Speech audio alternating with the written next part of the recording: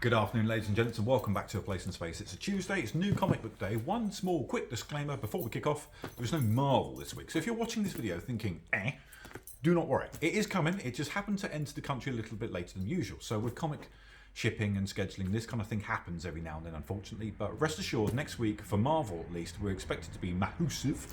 In the meantime, I get to waffle on about two of my favourite things on planet Earth.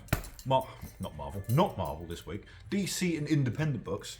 No less so than this one. Now, I rabbled on quite lovingly about this month. I'm going to rabble on quite lovingly about issue 2 this month because Marc Silvestri is very near and dear to my heart. I remember discovering him in the Darkness ages and ages and ages ago. There was a Batman Darkness one-shot special way back when, which still looks like it could have been drawn right now because Marc Silvestri is that good. Got to the interior inside Splash double page where the Joker was there up above the Batmobile, and I was like, this man needs to draw a regular Batman series, please. He's done some random one-off issues over the years. He's done a Batman black and white one-off special which appears in the trade, but until now he's never done his own proper miniseries, which is what this is. Having read issue 1, the man can write. It's good. It's really bloody fun. If you don't want to see it, look away now. If you don't mind seeing what it looks like, look in, because the man is woof and draws like that, which for me is just everything I want out of a book, actually. And right now, this is beautifully produced cardstock cover, Batman the Joker, done by Marc Silvestri. I'm pretty sure 15-year-old me, hell, 35-year-old me, is very happy about that somewhere. Okay, after hours of tireless research, I can confirm that Brave and the Bold issue 28 reprints. Yeah, definitely got that wrong on the previous take of this video. Sorry, folks. That is the first print of the Justice League of America reprinted in the Brave and the Bold 28. Facsimiles, we've been going on about facsimiles in these little videos now for some time. Mainly, they're very, very useful. If you fancy flicking through the issues as they would have been printed back in the day, complete with those original adverts, which is the big draw for a lot of us, and the beautiful artwork as it would have done and appeared, you really cannot beat them for value for money. Be it First Action Comics #1, a Batman #1, a First Robin as they did in Detective Comics a couple of weeks ago, or Brave and the Bold 28. They nearly always sell out. They're very cool. Frankly, just quite fun to own. Dark Crisis Warzone has been created by 13 different people, by which I've now forgotten, but I'm pretty sure I'm going to move that a bit closer if you care to read. I'm sure it was anyone who happened to have a pen in the DC office in that particular month, but that looks a little bit gorgeous. I believe that is the last one zone in the Dark Crisis menagerie of titles they've had going on these last few months. Now then, this has been quite special actually, because it's the first title I can ever recall where DC have deemed to depict what happens when the Joker starts dying.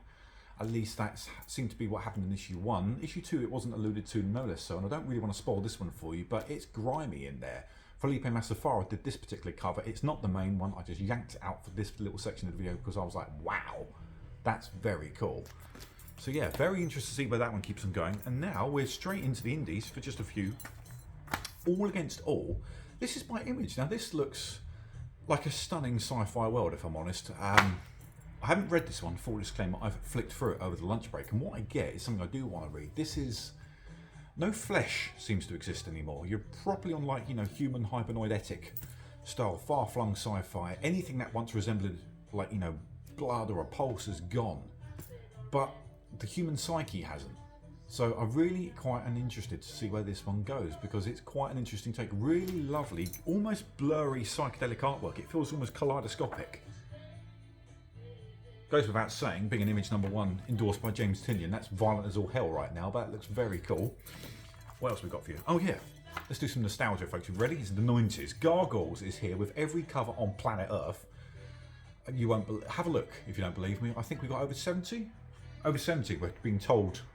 Confirmed from the back. I think we hit 78 or 79, somewhat.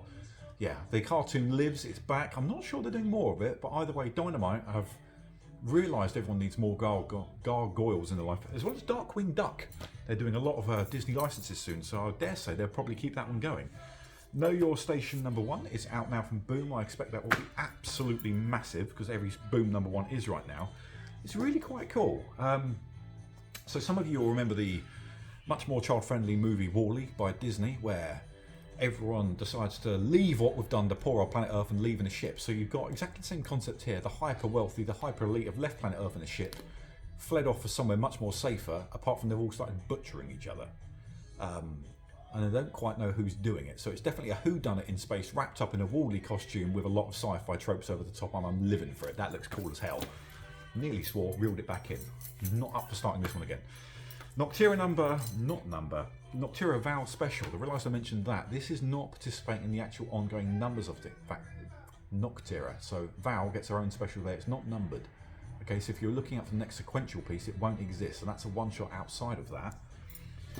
And finally, Seven Suns reaches its natural conclusion on part 7. That is Jay Lee wrapping up with a series of gorgeous covers there. And if you fancy yourself some roiling, hideous darkness coming up from you below, we've got Rick and Morty meets Cthulhu, which will definitely feature hideous, roiling darkness coming up from below, and Cthulhu.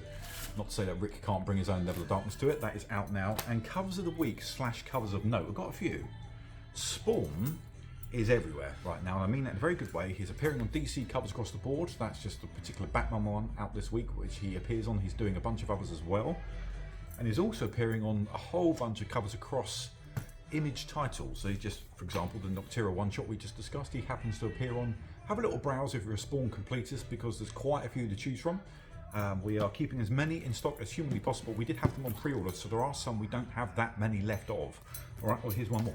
Sorry, that's very cool. That's Dave Finch doing Spawn on The Walking Dead. So if you need Spawn and Rick Grimes in your life, is Rick on the cover? He is. And he's got you covered. And now some covers of the week proper. This is, I've gone and forgotten who this is actually. Greg Smallwood. That is a little bit lovely. Really like that. He's been doing some Human Target covers as well. Almost reminiscent of a bit of Sean Phillips artwork going on there. Really, really enjoying that very gritty crime noir-esque cover. Not to be outdone, here's Gabriel Dell'Otto with his traditional swooping loveliness on the Batman cardstock cover. Again, massive props to DC. If you haven't picked these up in the flesh recently, they're so thick and you could struggle to find a more premier feeling cover. That's, you flick it and it feels dense. It's lovely. What else we got? Ah, yeah. Now I struggled on this, so I can't quite pick one. Maybe you guys can help me out. Got that, which is Poison Ivy 7 by Joshua Middleton, which just had everyone in the warehouse cooing over it when we opened it earlier. I think to a man, we were all like, that's a terrific bit of artwork. And this, which isn't technically one cover, I'm going to hold it up in the right way this time, that's Kelly Jones bringing back the best of the old school. Do you remember Batman Dark Reign? That was cool. Doing his Batman Joker connecting cover, which when I saw, I was just like, I absolutely adore that. So that's it for this week, ladies and gentlemen. These will all be in store here from tomorrow and online from tonight, so do enjoy. If you've been watching, do the whole like, comment and subscribe thing, because it really does help us out if you get around to that. If you don't like it, let me know why and I'll buy you a beer. If you do like it, well done. Right, I will catch you in about 7 days' time. Bye-bye.